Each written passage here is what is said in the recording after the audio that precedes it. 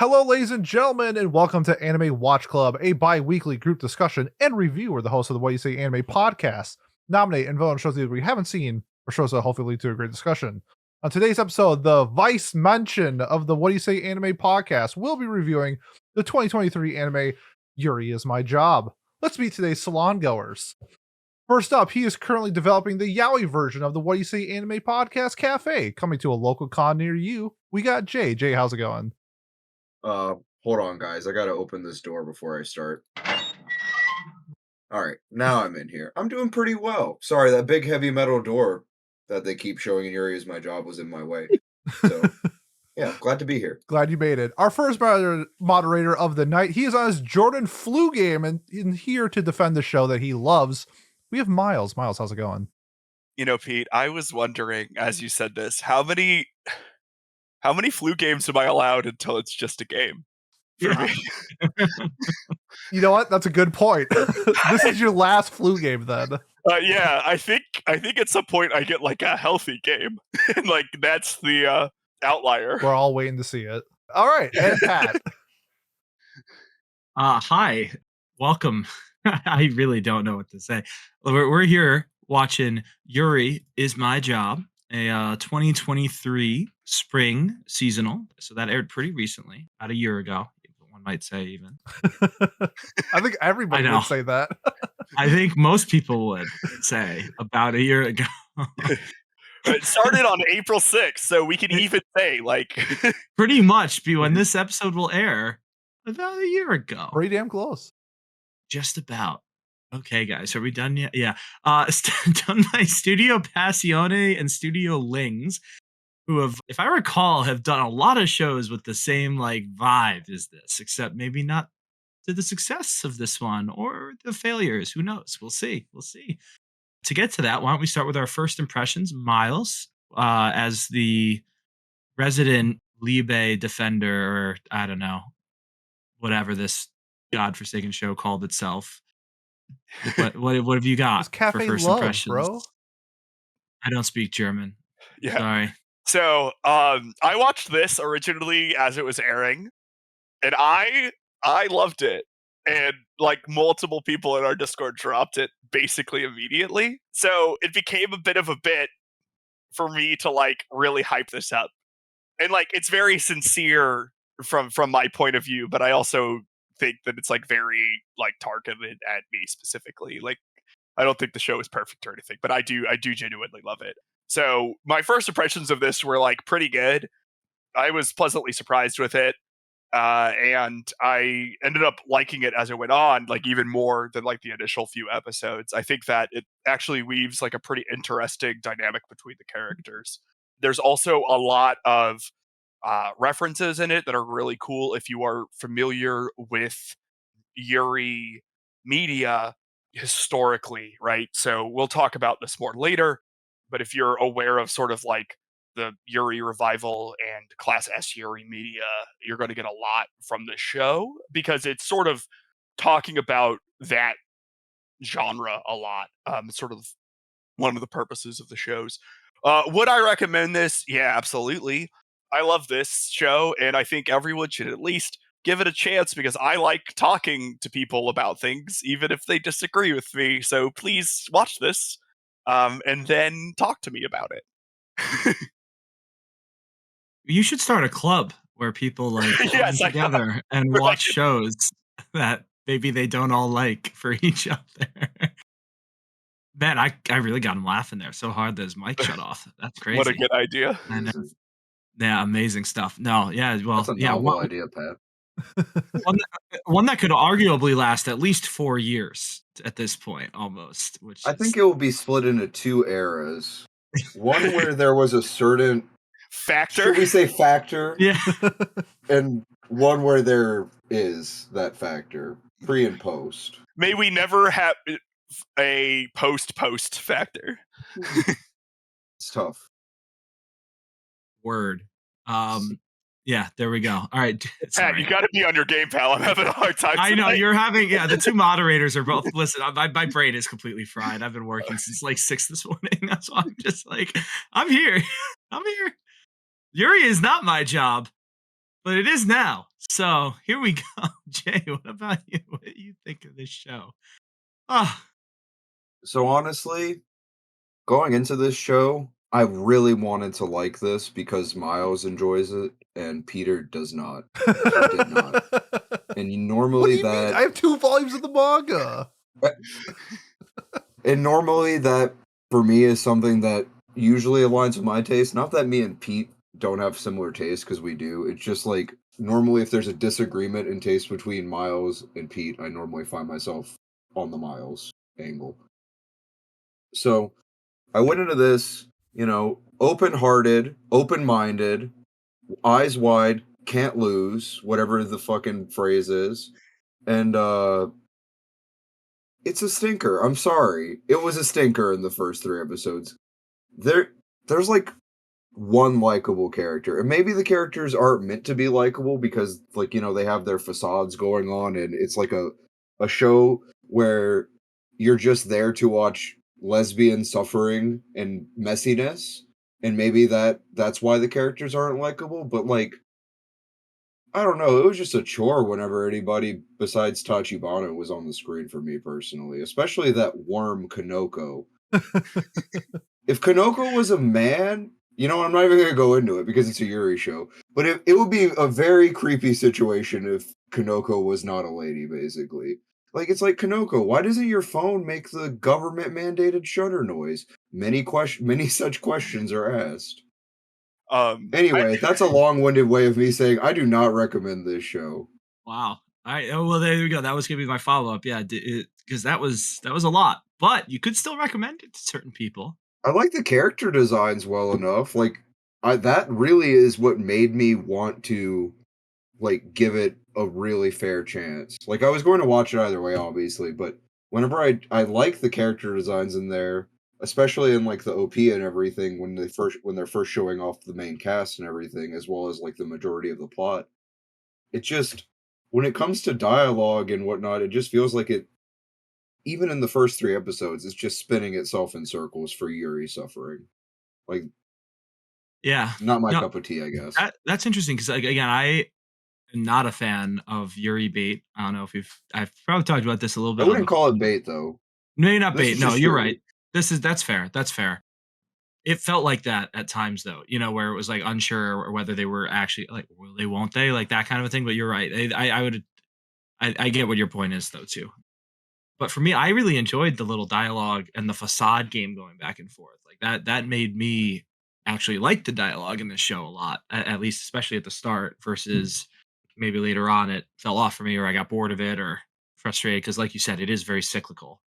But I did enjoy it at first. Sorry, Pete, go ahead. What are your impressions? I just wanted to comment For specifically sure. on something. Yeah. So the first time I watched this show, I dropped it after 1 episode. I thought it was just absolutely boring. It was so just dull. The dialogue was terrible. The characters, not a fan of. And then with this, I'm forced to watch 3 episodes. So I'm like, okay, Yep. I'm going to give it a little bit more of a shot because I kind of have to. And after those 3 episodes, I was right. The show is not good. You know what it's missing? It's missing that cayenne pepper. It's missing that crushed red pepper. It's missing that Old Bay. It's missing a spice. It's missing something to keep me going and interested. I just could not get involved with any of these people. I couldn't relate to any of their problems. I couldn't relate to anything that they were doing, whether it's workplace drama, relationship drama, none of that. All of that I thought was just so sloppy. It's I don't know. It was just not my cup of tea at all. I would not recommend this. I think the show is bad to mid, essentially. It's not good. I think there's just so much better content out there that you can consume if you're a fan of Yuri content. Even what? if it's meta commentary shit. It's Sure.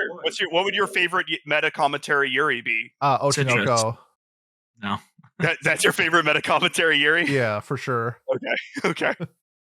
I meant Yuri, not meta commentary Yuri. It's just Okay, my bad. That's to make that. I don't know if I think this is in a league of its own in terms of that, but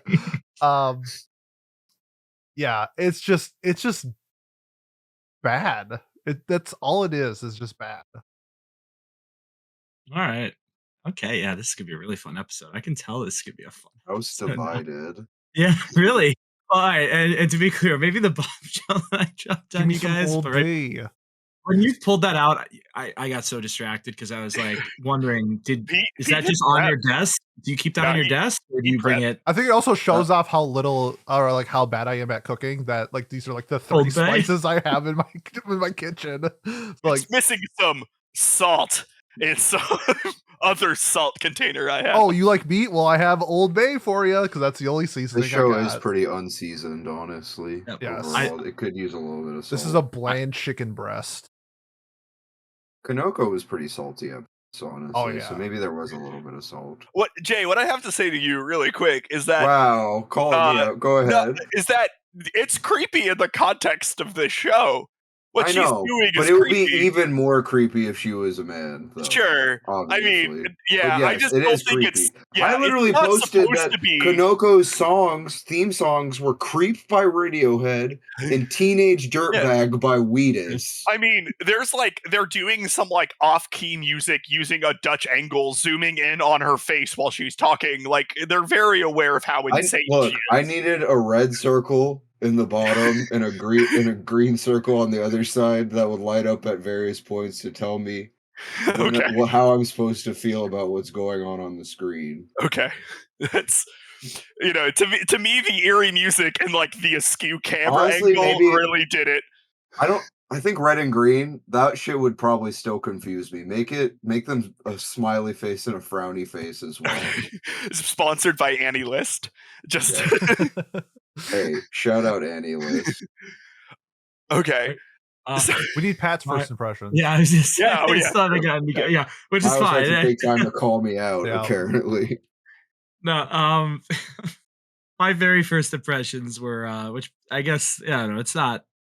I guess it's a little spoiler heavy. I don't know. This show, to be very clear though, like I was saying earlier, I enjoyed aspects of it, but I shouldn't have said that I really, really enjoyed the show by any means. Like I found it bearable to watch, and when I expected going into this to absolutely despise it, to absolutely hate it as much as like Pete disliked it, if not worse, honestly. I was expecting like Citrus version 2 for me, like at this point where I am offended by what is going on my screen and the portrayals of other people. So I was not there with this show. I enjoyed the dialogue and some of the characters enough to really like some of the meta commentary that was going on, although at times I disagreed with it because it was still just continuing the joke, I guess. I don't know, we can talk about that a little bit later, because a lot of satire or a lot of like parodies or references fall into that problem, right? In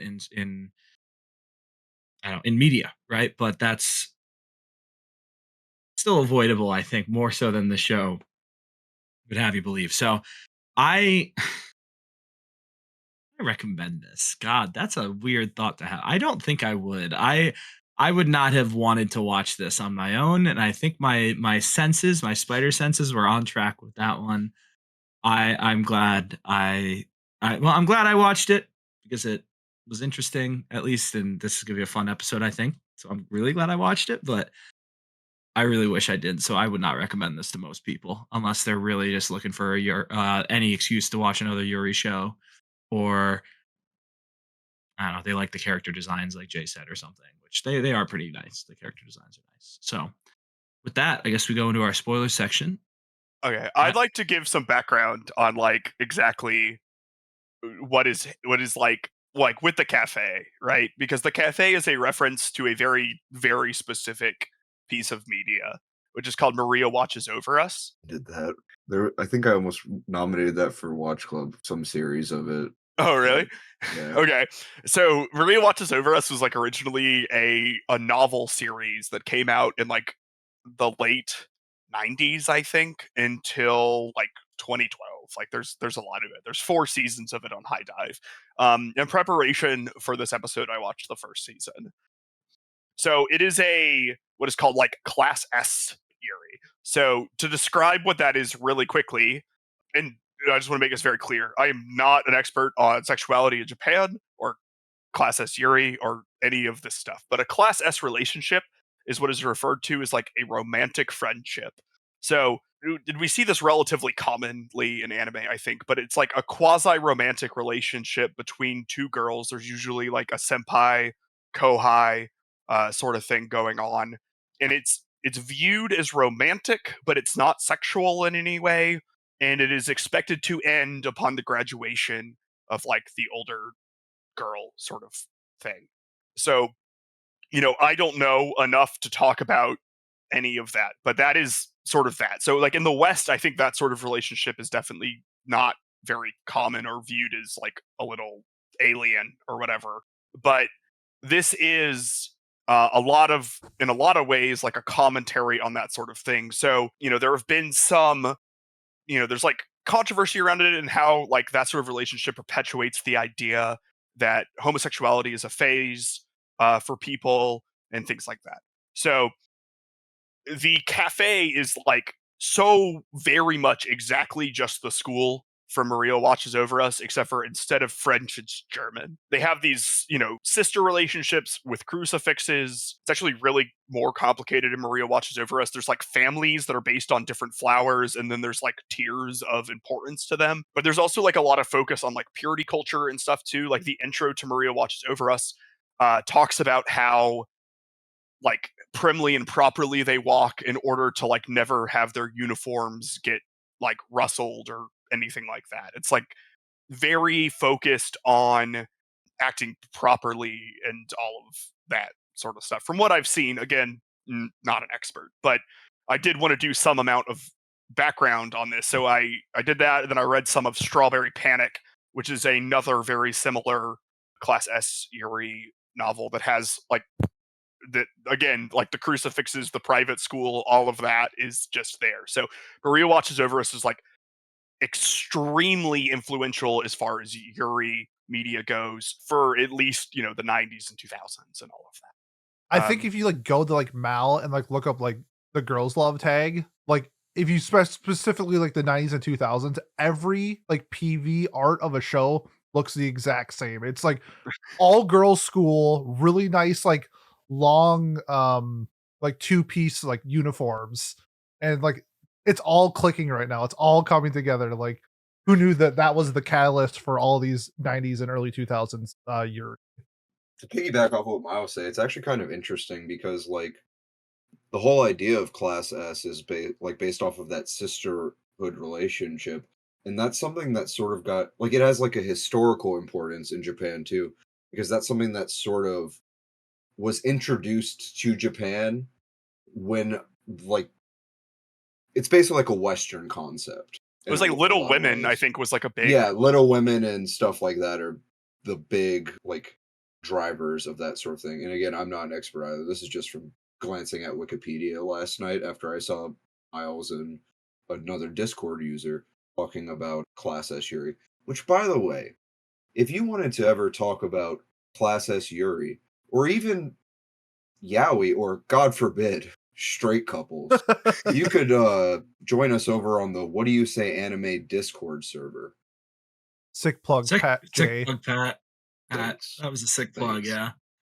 So yeah, I guess it's just kind of I found that the like historical aspect of the Class S thing was very interesting to me. Especially and whenever you mention like it being so related to like a like Maria Watches Over Us, which is obviously about a Catholic girls' school, that adds on to it because obviously there were not too many Catholic girls' schools in Japan before the West got there.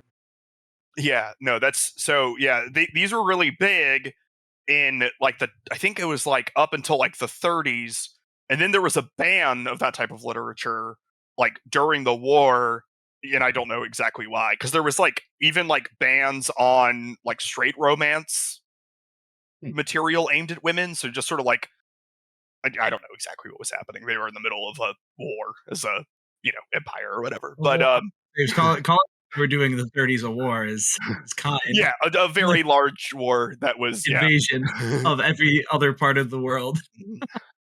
Yeah, but I mean, I guess I just don't know the reasoning behind all of that is what I'm saying. Like, I again am not like an expert on all of this, but Maria Watches Over Us is like sort of credited for reviving this. Because like there's a book, I forget exactly what it's called, but it's from like the 1920s or something, and it's some Japanese woman wrote it, and it's about this sort of relationship, and I really wanted to like get through that, but I've been very sick, and I'm amazed that I even got through 2 shows and a little bit of another book. I'm So surprised you're here. that's where we are. I think that's like Miles knew how to read. Like, fair enough. Get your own bit, bro. But that's like I think pretty important background for I guess fully getting what you're supposed to get out of this.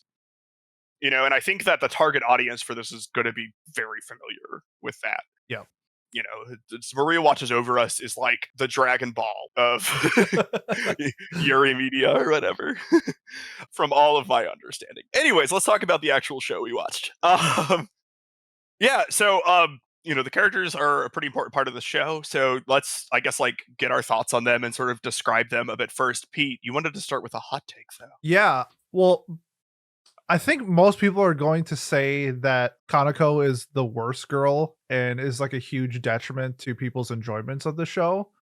I kind of have like a nitpick that Nene, the chef, kind of got on my nerves. She's sort of like this random voice of reason to like the manager and to some other people. Like when they're talking about like romance inside of the cafe, she's just sort of like, she has like the most sound words to these people, like out of nowhere. Like she's hardly like interacting with the cast. Like she takes the, like they bring the orders to her and she's like, okay, like I'll do that. And then I think like before that, like the only thing she ever says, like, is somebody in like the changing room? And like that's like all the dialogue we get from her. And then like in episode like 8 or 9 or 10, it's like she's talking to the manager about like what love is, and she's talking to Yano about like how romance should be like interpreted. And I was like, this is a really random character to get introduced to do this. I honestly entire flashback explaining that though. No, right? But she's like not interacting with the cast. That's like the thing where it's like she like it's like, I don't know, leaning on somebody that you like don't have a rapport with, and that kind of like threw me off. But they do have a rapport with that, like, but like you're not in the sense of the show. Like Tachibana is interacting with Yano and Hime and Kanako and the manager 98% of the time. Like, whose perspective are you seeing it from 98% of the time? Like Hime and them, I guess. Okay. Yeah. But when you have that as your dialogue in the show, and then when you have like this issue that gets like a rose, that's the character that is telling us the information. And yeah, sure, we have background stuff, but like that rapport isn't like necessarily ingrained with the girls that I interpreted as, because I feel like you would go to somebody, like I would think like Hime would go to somebody else other than, I should say Hime because she doesn't go to her, but like yeah, Nene like telling the audience like, I guess like how we should maybe view the romance, I guess, just seemed off. Like she didn't seem like the character to tell me that. I thought like the manager would probably be like a better character for that information to be relayed. That kind of just like really threw me off. That's so weird because like, I mean, I don't want to like, to me, that's just like really good writing, because one, it gives you like, she's the only one that we've seen actively be in a romantic relationship, right? So that would give her some sort of authority on there. Plus her and Sumika are insanely close with each other, and that's been implied a few times before. Like, it only comes out of nowhere if you didn't catch that. I just disagree. Like, I just don't think with the dialogue with the characters and the rapport that they build, that's the character to tell us that information.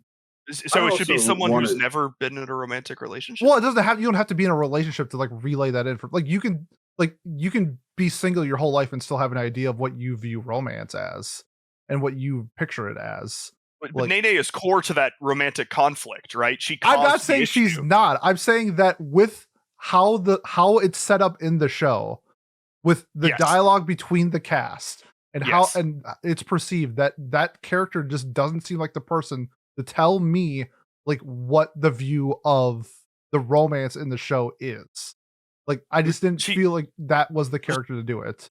That's not what's happening. They're debating their views of romance. Yeah, right? But she's okay. I guess then I'll say this. I felt like Nene was telling me like the correct way to view the romance in the show. Like the whole conflict is like Tachibana doesn't want the romance because it will ruin kind of like the core group because it did it before.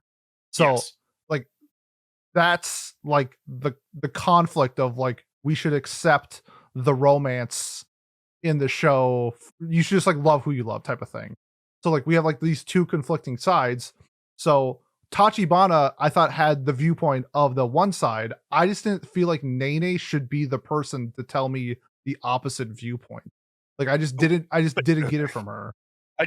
So the entire conflict arises because Nene has the Yes, opposite viewpoint. I and we know I that. understand. I Okay. understand that it's because she was one of the catalysts in the past for the relationships breaking up sort of the core group. I understand that. That's not the issue. The issue is the new incoming group of Hime and Kanako, because it's mostly viewed through Hime's viewpoint, that she doesn't have that rapport with Nene. So I just didn't think that should be the person to tell Hime doesn't us. have that conversation with Nene, though. I know she doesn't. Okay, then why? I just don't I'm saying understand why it Nene should be matters. the person to tell me that information. She's telling Tachibana, though. She's not telling you. She is. Like, she is telling us. She's telling us the other side of the conflict. That's the other side of the conflict. I just feel like Nene, like, because like the manager was also involved in that whole sphere. Like, I know it's Nene was the person that was like at the forefront of it. Like, I understand that part, but like Nene doesn't have like the report with Hime and doesn't have the report with Kanako, and that's like kind of what I feel, because it's through their eyes that that's not the person that I want to hear that information from. Okay. I mean, I don't know what to tell you other than like, one, Hime and Kanako don't get told this, right? It's like a private meal. I don't think you're getting it, because it's Nene telling that to us, the audience. I feel like she shouldn't be the person to relay that information to us. So in the sense of the show. It's just a personal opinion. I just didn't think. Okay. Yeah. I just don't know how. I guess I just don't understand how it would work otherwise. Because the manager has a better rapport with the other people, and she's been viewed through that lens as well. Like, yeah, but I guess I just don't understand why she can portray the opposite side of the conflict as well. Okay. Jay, you were going to agree with Pete. Go ahead. Oh, I just think that the manager is a severely undercooked character. Yeah, she is undercooked. She doesn't do anything, and in the last episode, at one point, her arm is out of the cast, and then she puts the other uniform on, her arm is back in the cast. There's a scene, I think, in the OP where she's like patting someone on the back and realizes Hime is watching her, and then grabs her hand in pain. It's very funny. Okay. Because she's obviously not actually hurt. Yeah. Yeah. Like, still, I hated putting her a cast character. on is a lot of effort, and getting one, it's a lot of effort to remove them. You gotta get them like sawed off, don't you? I've never broken a bone because I'm not weak. It looks like I've never broken a bone either. It looks like it's like a cloth thing, though. Well, I fractured my skull one time. I guess that's a pretty big one, but that wasn't my fault. Hard to put a cast on that, though. So yeah, I mean, I'm fine. So just get over it, forehead. So I should have said to my dad when he shattered his leg, just walk it off, like dummy. I mean, he crawled all the way to the door or whatever. Yeah, he right? did. So he didn't. He good. actually didn't get a cast. He never got a Nice. cast. Smart Just man. a titanium rod in his leg now. Oh my god. Yeah, it's cool That's much stuff. cooler. And I think that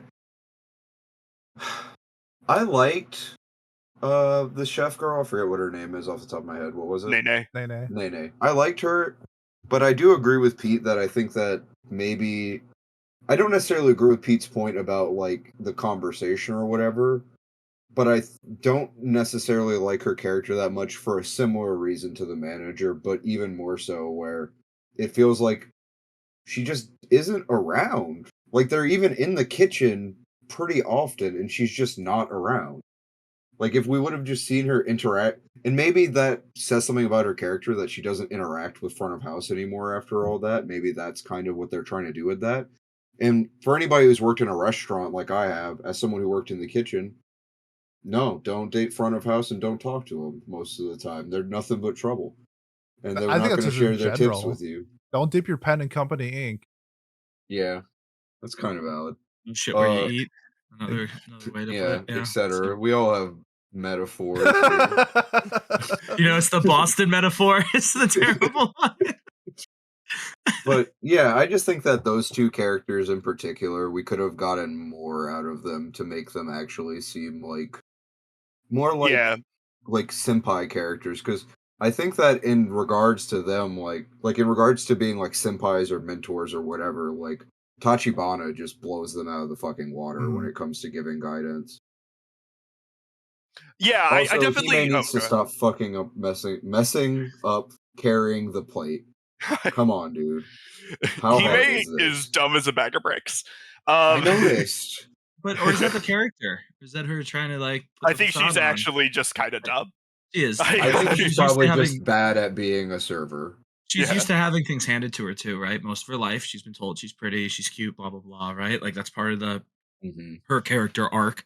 Just to finish the bashing on Koshiba or the manager, the one positive thing I had to say about her was I did enjoy that she was like always watching through the screen, which I assume was a metaphor for us watching the show at the same time, like watching them interact and trying to see from an entertainment perspective, is it good for what's going on outside? Are the facades working versus like, oh, they're actually like arguing or they're not doing their characters right. They're not putting on a spectacle that I would want to watch. So I thought that was a pretty like interesting way to like maybe do some commentary at yourself, or am I giving the show too much credit? Again, I don't think know. you are. Like I think I think that was intentional personally, but yeah. 3 distinct layers to this, right? So you have like outside of the cafe, then you have the cafe, then you have like magical cafe world where they like redo the animations and everything.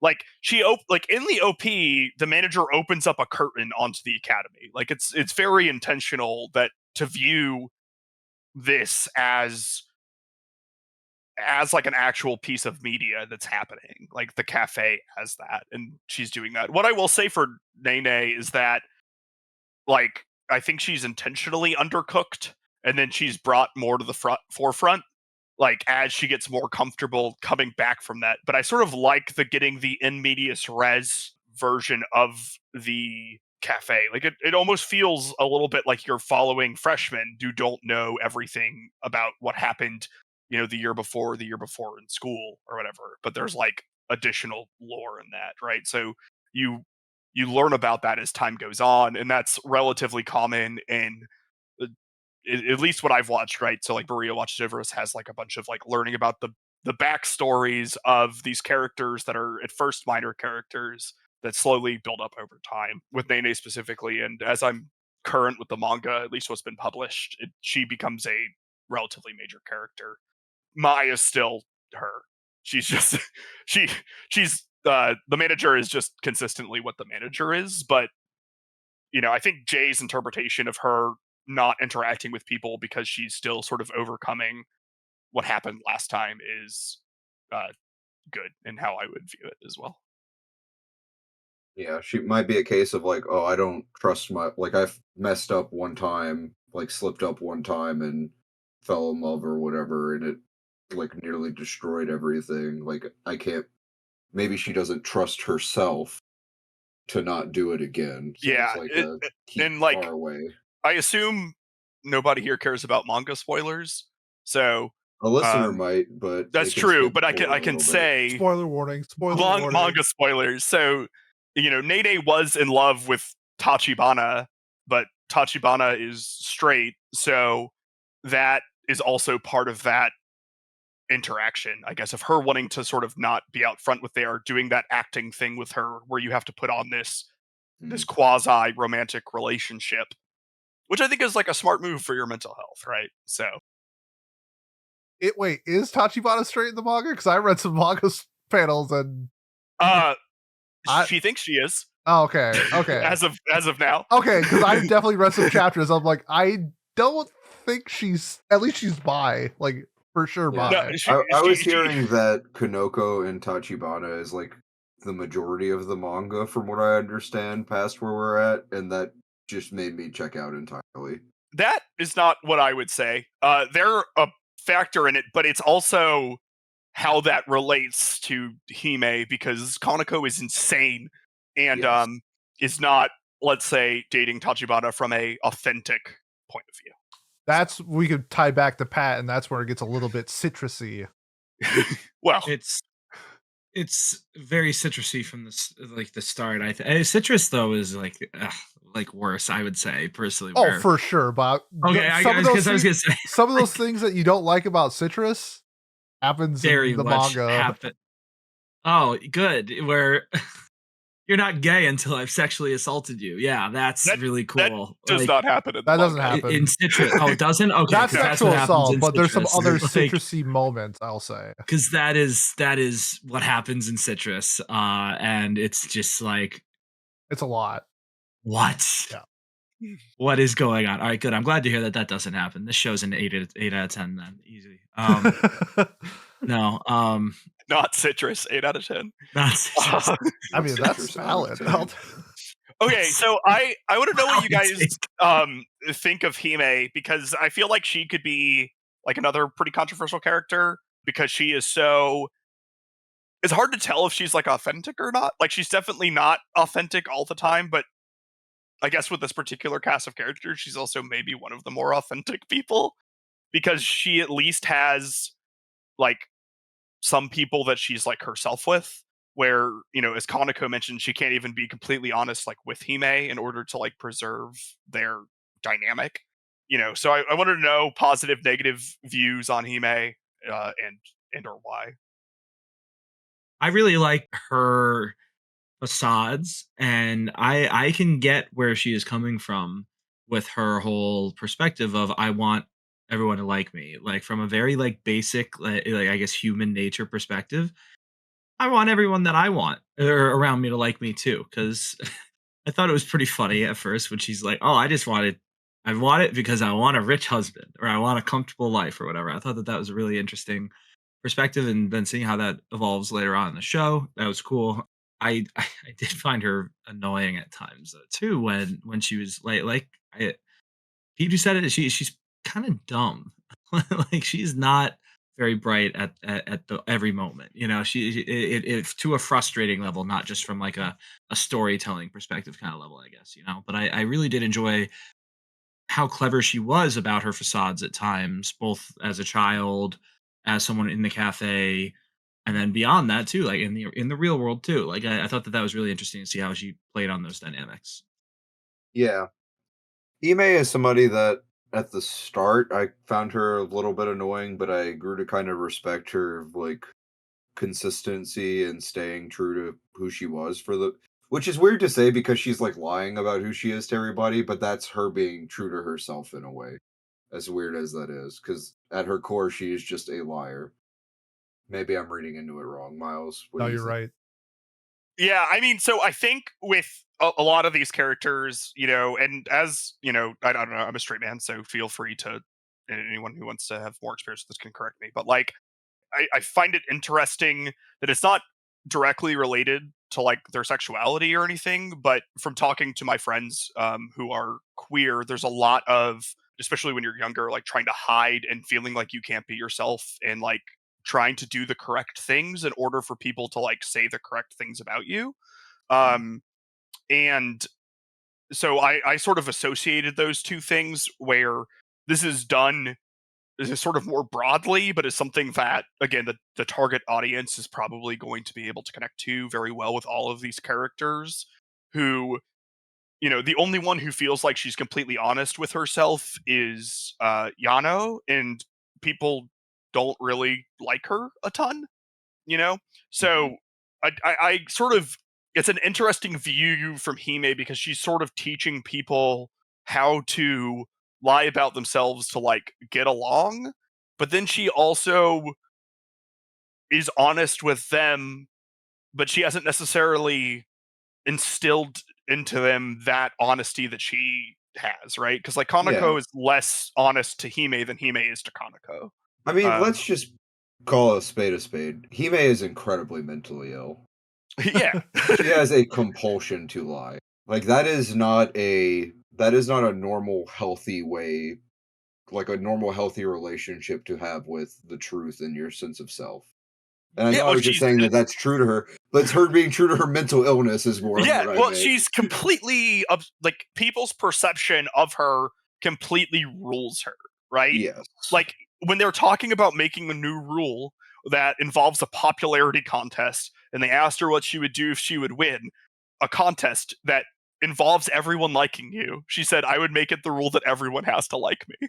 And it's like, well, that's a requirement, you know, but that's like how focused on that she is. And I really like that line. I thought it was funny. It's interesting. I think that overall, while she can be very like infuriating at points, I think that's kind of the point.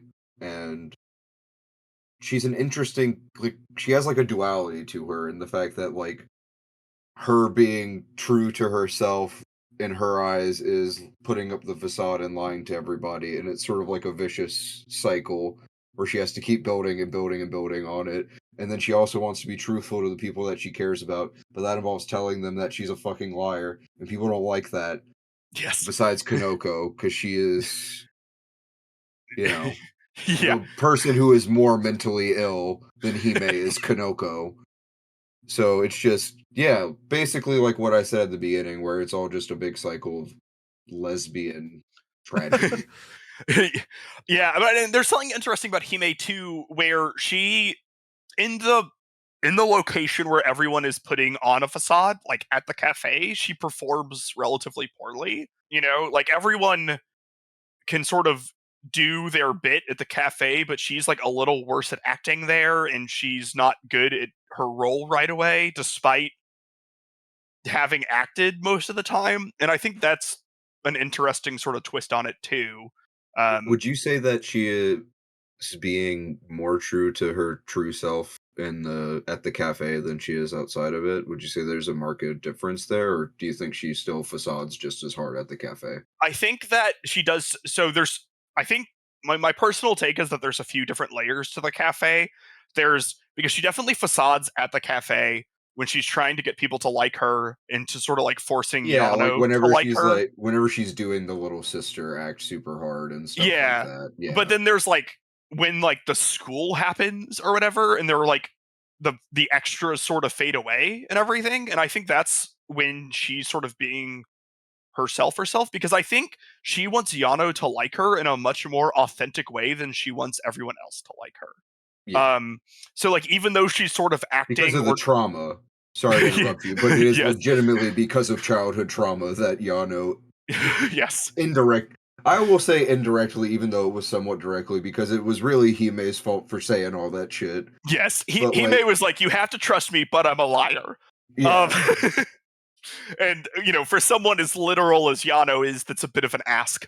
You know, so it's just like, I know that you have issues with people not liking you, but I'm gonna pretend to not like you in large groups of people so that like, no, fuck you, Hime. You know, but I do think that like I like that view, right? Like she's able to be herself a little bit more authentically in this acting part, and she actually has trouble doing that a bit. Pete, you had a take. Yeah, I really like Hime. She reminds me of one of my favorite characters. Griffith. You ruined the joke. Wait, hang on, guys. Griffith. Here we go. All right, is the joke going to be? Are you actually going to say Griffith? Oh, because of Femto. God damn, weird, crazy. I was going to say, you know, in the public eye, the masses view her as like, you know, people come towards her like she is the center of gravity. She has two friends that really know who she is.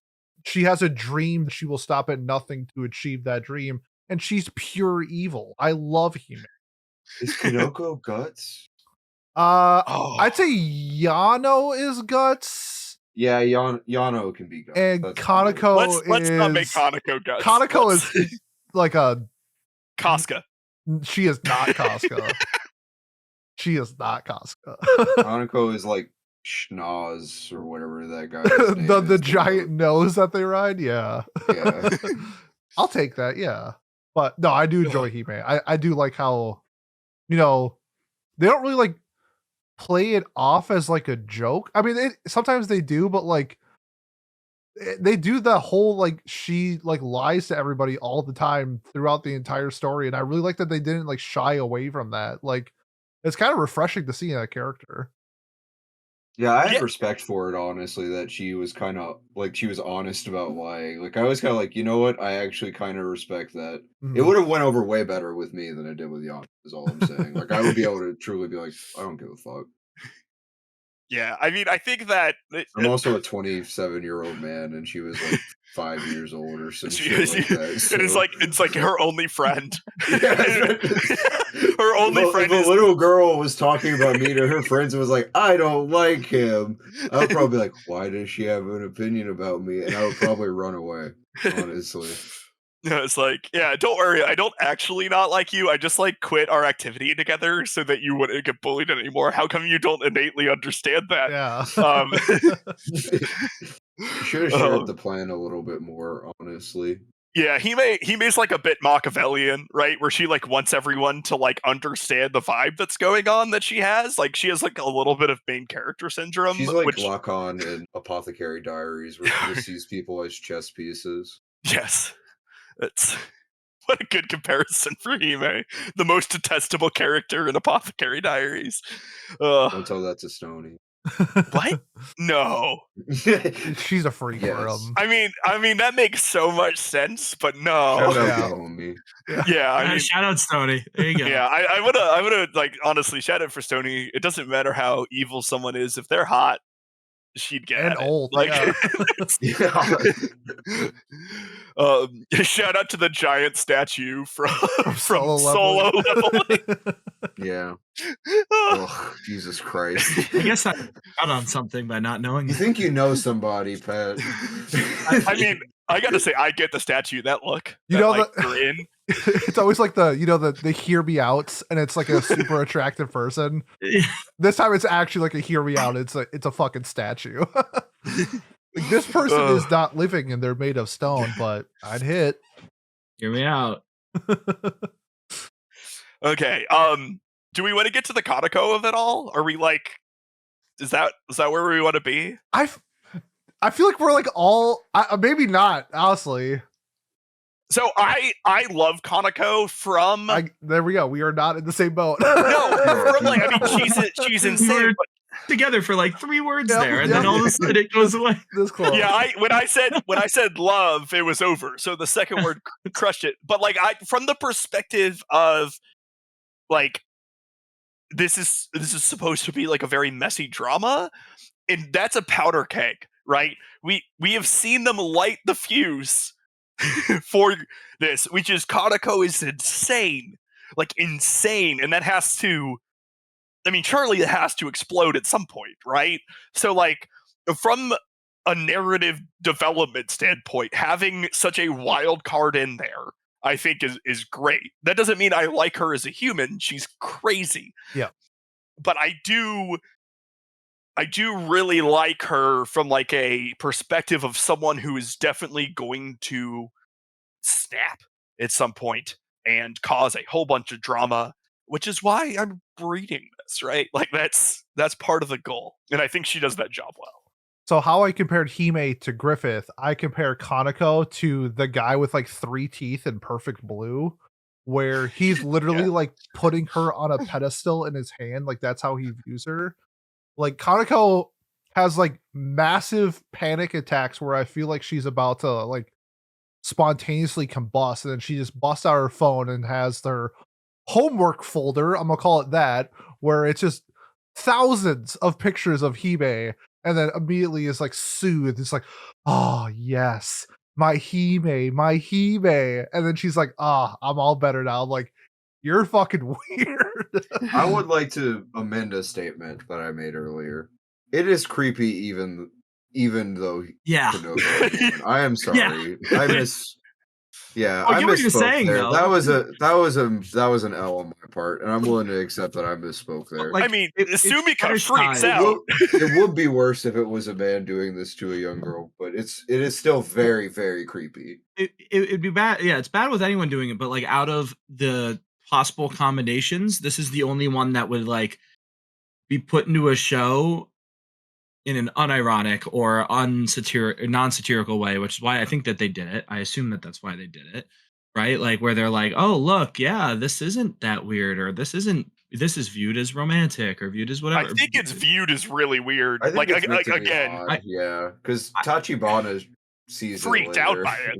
Yeah, like That's fair. I took it like, you know how like 'Cause people, they're voyeur photos too. you know how like Yes. people have like their idol, like they cheer for Yeah. their idol. Like Hime is like her idol, and like nobody else is allowed to like have Well, it's her. like we compared it to Hey Arnold. Oh yeah, Like, yeah, it's yeah. like Helga from Hey Arnold's our Arnold. Yeah. shrine. yes, Oh, God. yeah.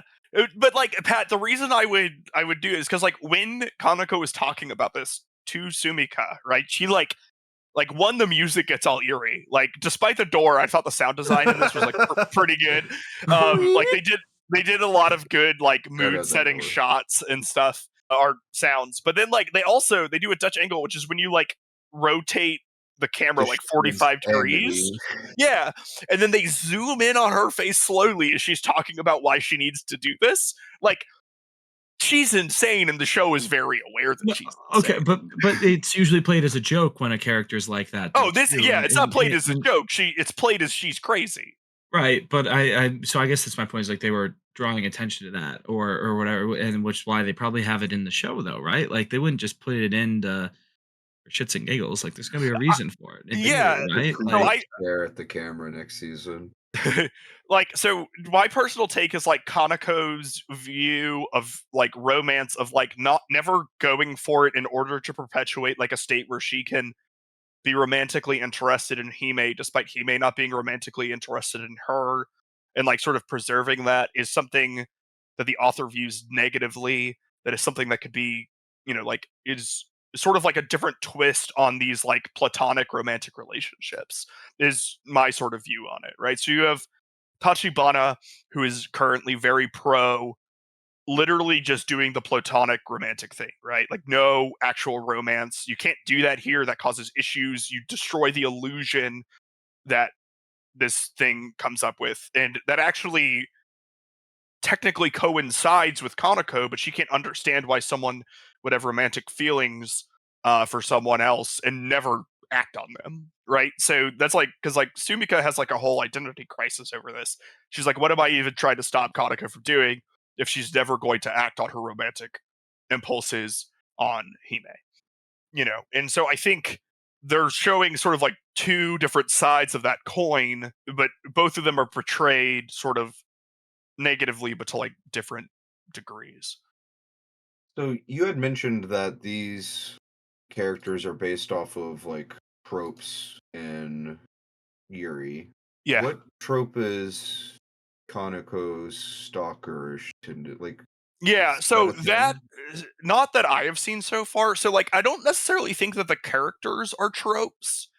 I think like my examples for this are like Sumika's saying that there like can't be relationships is sort of one of them, where that is something that is very core to that, right? You can't have like an actual romantic relationship. So like the sort of the rules of the cafe are what stand in for tropes in my mind, and then the characters playing off of them but also existing in the real world where these tropes are not applicable is where the drama sort of comes in. So like obviously this is very heavy-handed, but in episode 12 with Yano's boobs is an example of this that I would give, right? So they're very concerned about her outward appearance, and like her boobs do look massive in that tank, but it's not like, or in that outfit, but it's not, I mean, for anime especially, it's not like particularly lewd or anything.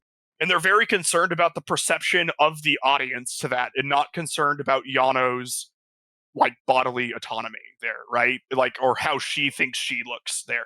So like that sort of caring about the outfits being like very like pure and chaste and all of that is how I sort of view the tropes interacting with the characters, more so than the characters themselves being tropes, if that makes sense.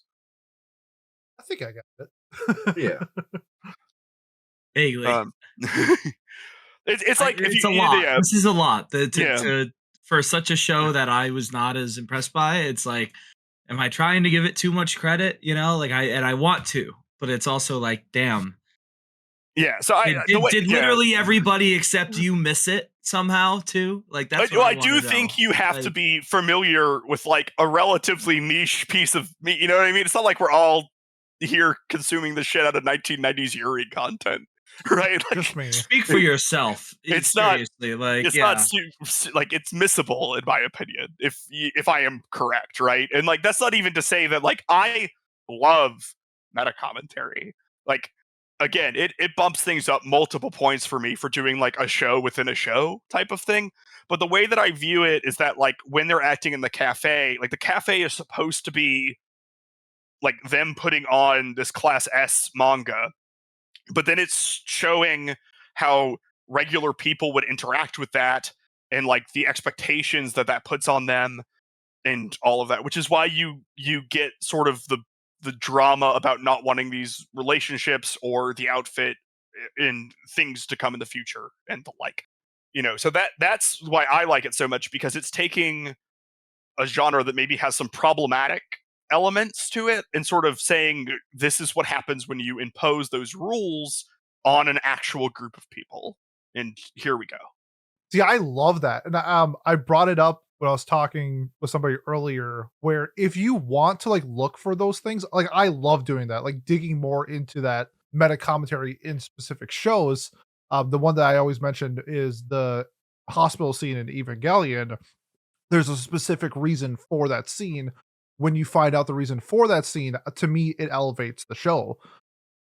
What I think Yuri is my job kind of hinders at is just being boring, to be honest, from my viewpoint, where it's like these aspects of the show exist, but if you don't get me intrigued in what's happening, I'm not going to care. So like you telling me all these things are things that I love in media. I would love to dig more into it. I just wish the show presented it in a way where I cared more. That's, I mean, super fair, right? So like after I finished the show, I went and bought every volume of the manga and like just finished it. Yo, me too, right? And because I was really interested about how these relationships would play out, because we actually got to see two girls kiss on screen. We did. So that gave me some hope for the future.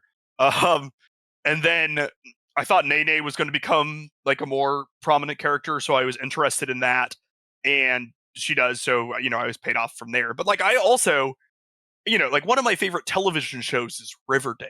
Like I love sloppy ass drama stuff. So this is Carol and Tony are way better disaster lesbians than anybody in Yuri is my job, and I'll take that shit to my grave. No one's put a heart in a locker yet. True. Nobody's brought their dead brother's corpse to the table while they have my god. Yo, I gotta check out Riverdale. This sounds lit. Riverdale is amazing. Riverdale is incredible. Is that the Peter Finch thing or whatever his name is? No, it's no. You're thinking of Twin Peaks, which is actually good. Riverdale is very similar to Twin Peaks in a lot of ways. It has a lot of the same actors. I will not elaborate. Well, it casts a lot of the same people intentionally. Like I think, anyways. We are now a Twin Peaks podcast. I've never seen Twin Peaks. I need to watch it.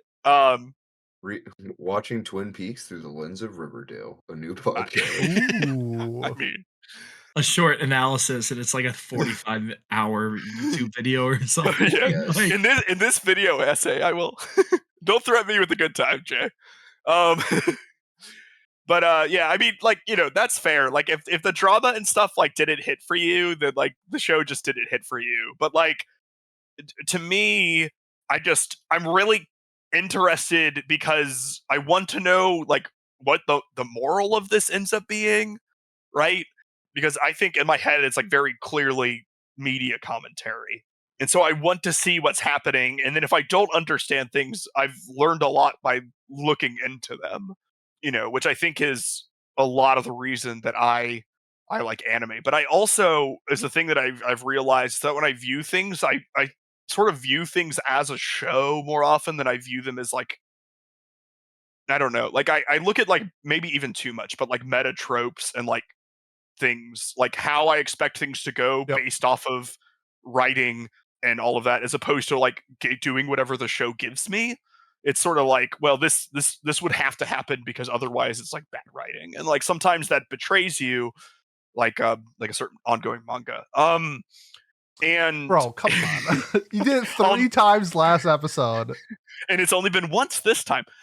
True. That means we should wrap up right now before we get more of those references in.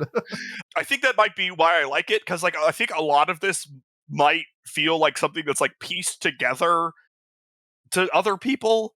I don't know if that makes sense, but like I love that, right? I sort of love the Frankenstein's monster exquisite corpse sort of thing of like different tropes and everything put together. Couldn't agree more. Just this one just did not hit for me.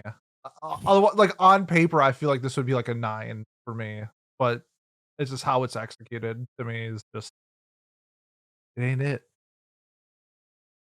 Oh, okay. Are we ready? Are we ready, guys? Are we ready to do our final scores and closing thoughts? And your whatever. Yeah, let's do it. Yeah, Yuri. Good Lord, we are fucked up today. Go ahead, Biles. Lead us off with the highest score. Oh yeah, I imagine we'll stay on the trend that I'm about to start. I adore this show. I think it's super interesting. It hits me with lesbian drama, which I love, and like Metacommentary, which I also really enjoy. It does like the whole show within a show thing super well, I think, and explores tropes in like a very interesting way, which I like. I find the characters it's a TV show? A play cafe and a show. Okay, sorry. I was just very confused for a second. Sorry. No, it's okay. This is just a side note, but I want there to be a cafe with a plot around me so bad because I just love that idea. Like, what do you say, Anime Yaoi Cafe? It's popping up in the Northeast sometime this summer. It's coming. Yeah, but I won't get to go to that. I'll be an actor. Now in Skowhegan, Maine. Skowhegan, Maine. If I'm ever healthy enough to participate in the activities. But I don't know. I love this. If you ended up watching this and you had all liked it, I would say that the manga is a good read. It definitely gets way more spicy, the thing that Pete said it was lacking. I think it is impossible to say that the manga is not spicy. It is spicy. Which I think unironically ruined my score. So okay, just because of like the position we got into it, like the window in which we've used this. There was no point to the last episode. Yeah, I enjoyed it. I thought it was fun. I mean, it's like an OVA, right? Like, I don't know. We saw some like clips from their life. Could you have put that anywhere else in the show? Yeah, you could have. I don't know. I enjoyed it. Anyways, I gave this a 9 out of 10 when I first watched it, and I'm gonna stick there. I'm gonna go 9 out of 10. Ooh, I'd give it a 10. I mean, I don't know. I maybe with like the extra stuff from the manga or whatever, or maybe when I could fully put my brain around like the other media that it's involved in. But I think I did an okay job for having a fever and being sick. So we're just gonna stick with. We're not gonna get too spicy. Yay! Good job, Miles. Okay, I was expecting a 10 because you've been saying that like since the show came out that it's a 10, but I'll take a 9 from you. Yeah, well, I gave it a 9 originally. I mean, if I said it was a 10, yeah, that was a lie. But that was in theme of the show.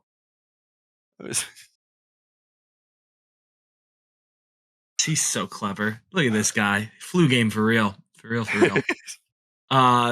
Jay, what is your score and what are your final thoughts? Yeah, so final thoughts. Honestly, talking about this I wouldn't say it necessarily boosted my final score, but it does make me feel a little bit better about the show overall. Maybe I'll actually read the manga if it is in fact spicier. It is. It is. I think that this show, like if you're somebody who you're really into like, this is a weird take, alright? If you watch Monogatari, but you're like, I don't like the supernatural element and I want the animation to be bad, you should peep it. Because it is just people talking at each other for like 21 minutes. That is another thing I love, right? People just talking at each other for 20 minutes. So. Which isn't a bad thing. It's not a bad thing. It's just like that will filter out a lot of people who don't want to see that sort of thing. There is a Yu Yu Hakusho reference in episode 12 for whatever that's worth for the shonen bros out there. Cool. Lit. Nice. It's the lesser Togashi property. But True. overall, I think that Hime was somebody who I really despised at the start, but I grew to I like to hate her because she's a very interesting character and has a lot of interesting character arcs that I would like to maybe explore more in the manga or season 2 that this will never get. But overall, I don't think that this show was very much to write home about. If you're somebody who's super into Yuri and the other stuff I said, then check it out. But I'm definitely not the target audience for this, and I'm giving this a 5. We take those. We take those, huh? Okay. 5 out of 10 from Jay.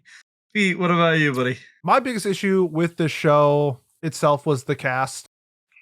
Though I do think some characters maybe are well written or maybe not bad characters, I should say. It's more of just going along the lines of trying to connect with a character where in a lot of these shows with a cast of say 4 people, you have the main person, the antagonist, and a supporting cast. And then you kind of have a rough idea of who to root for, who to cheer against. And to me, this show, I kind of had a really hard time of picking a character that too complex for you. That's not true. That's what you said. That's not what I said. That's not what I said at all. That's what you are putting words into my mouth. I just had a hard time finding a character that I was really actively rooting for. And I did like Tachibana until the last 3 episodes where I kind of fell off from her as well. So when you're just watching a show where all 4 of these characters you aren't cheering for or rooting against, I guess it kind of just falls into a void of kind of mediocrity and boredom. And that's kind of just where I landed. This has the comedy tag. I don't think I laughed once. Oh my god, I laughed all the time.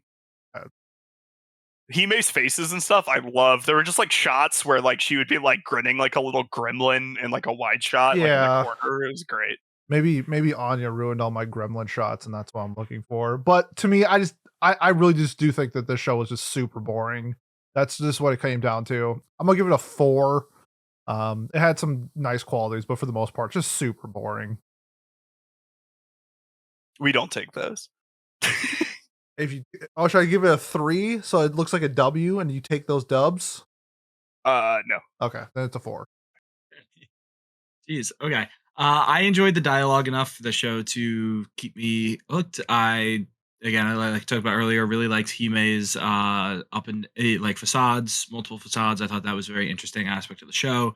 I think that's around where my compliments end. Again, the characters were interesting enough to keep me, and the dynamics that they played off with each other, I thought were interesting enough to keep me going for the most part, especially the manager, the front staff, everyone was saying earlier. Yeah, don't stay away from them. I like the other 4 a little bit more, or I guess the 4 main that are in the poster, whatever we'd want to say. So yeah, like we talked about earlier, I would not recommend it.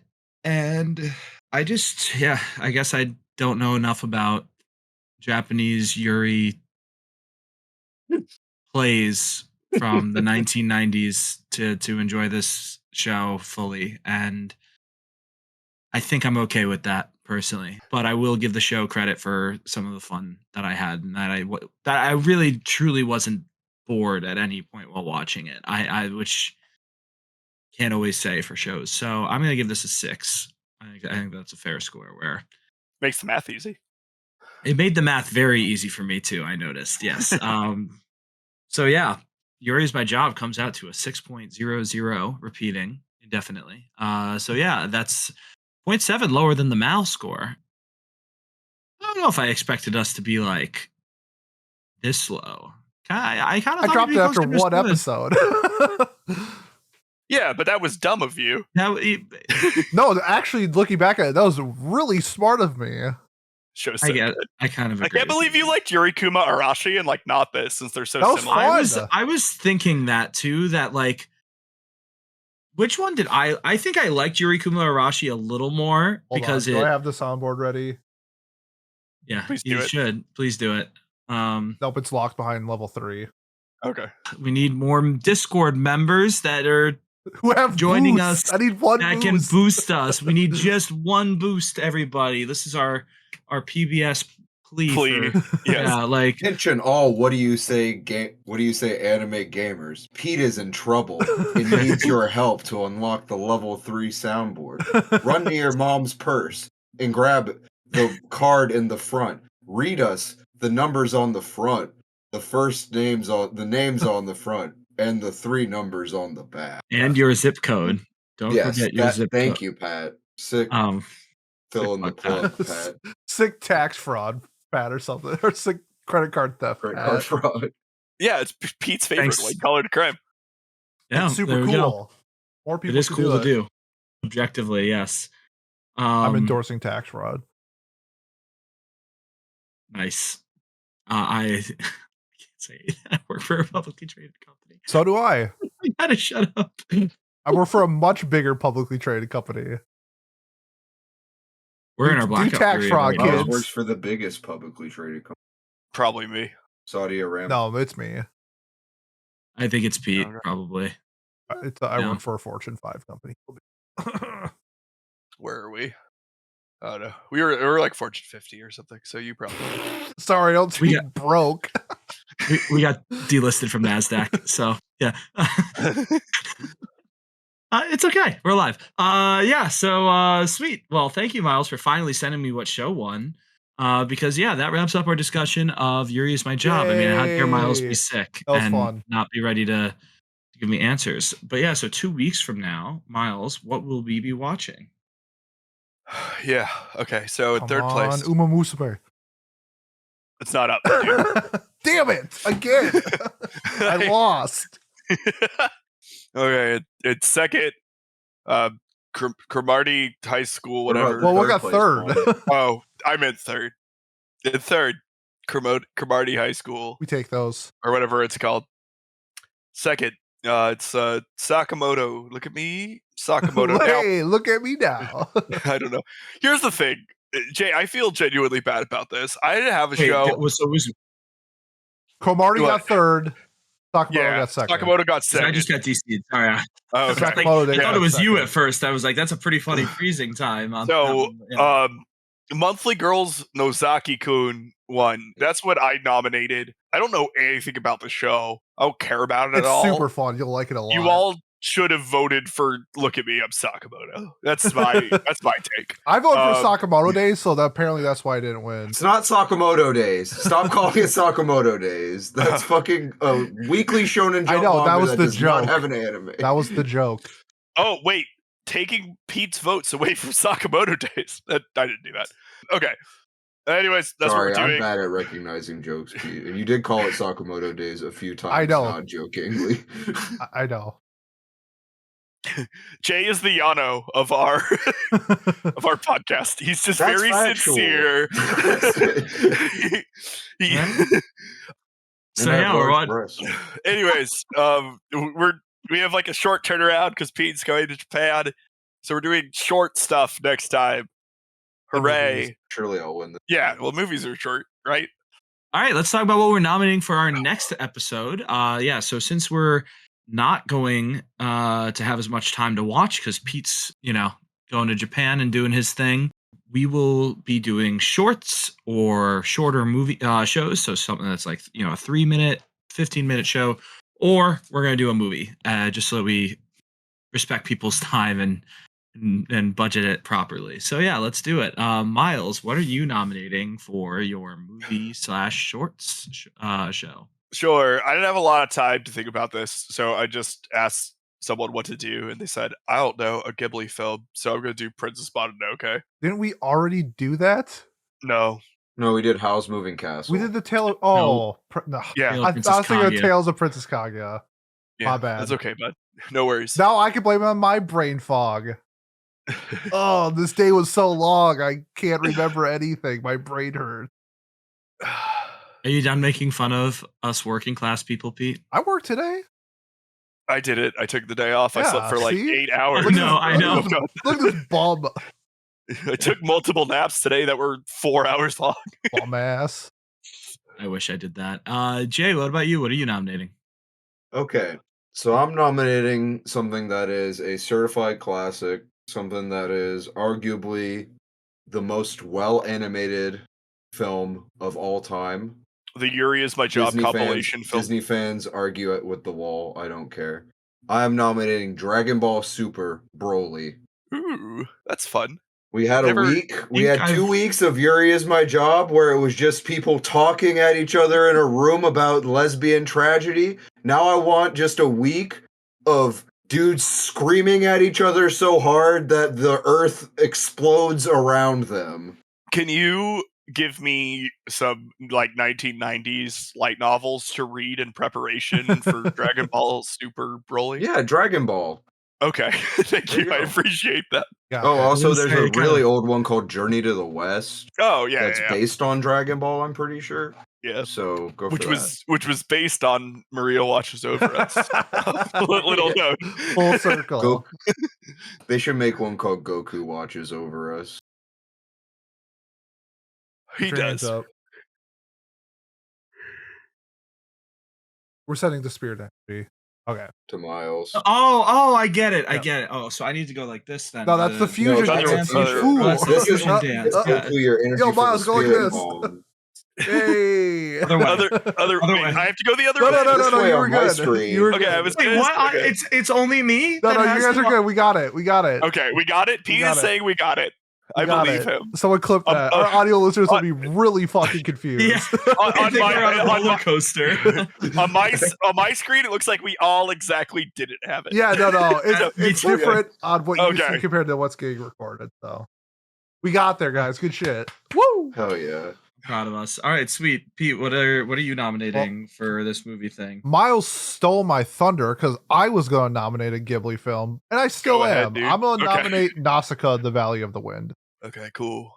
I'm down with that. I want to like watch some more Ghibli stuff before I go to Japan because like I don't know, it seems to be common in their stuff. Yeah, it's pretty popular.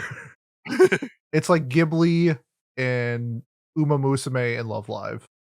I'm not even Okay. joking. I'm dead serious. No, I know, like right, like freaking Tyler was there, and it was like the amount of Uma Musume merch he found was outstanding to me. This is not a meme.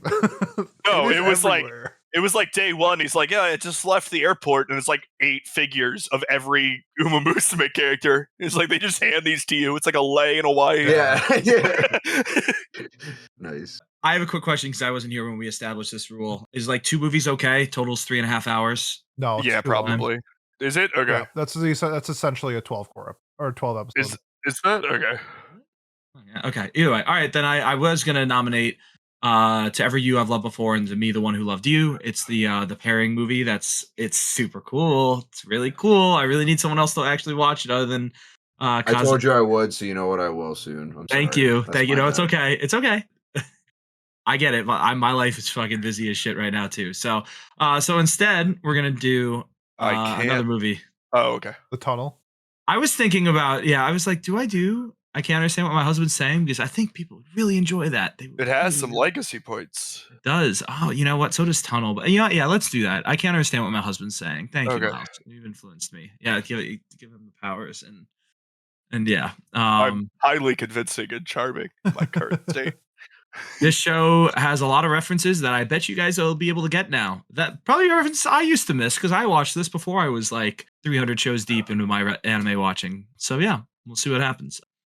I think that wraps up Watch Club. I think we've pretty much got everything done. So Pete, take it away. Fantastic. If you want to support us, the best way to do so, like, comment, subscribe, leave a review on whatever platform you're watching or listening to us on. Next week will be the winter review for 2024. So we'll be talking like Free Rent and Apothecary Diaries for about 55 minutes and then sprinkle in like 7th time loop somewhere. So look forward to that. Otherwise, if you're here for Watch Club in 2 weeks, we'll be watching Monthly Girls Nozaki-kun. Thanks, and we will see you next time. Peace. Bye bye.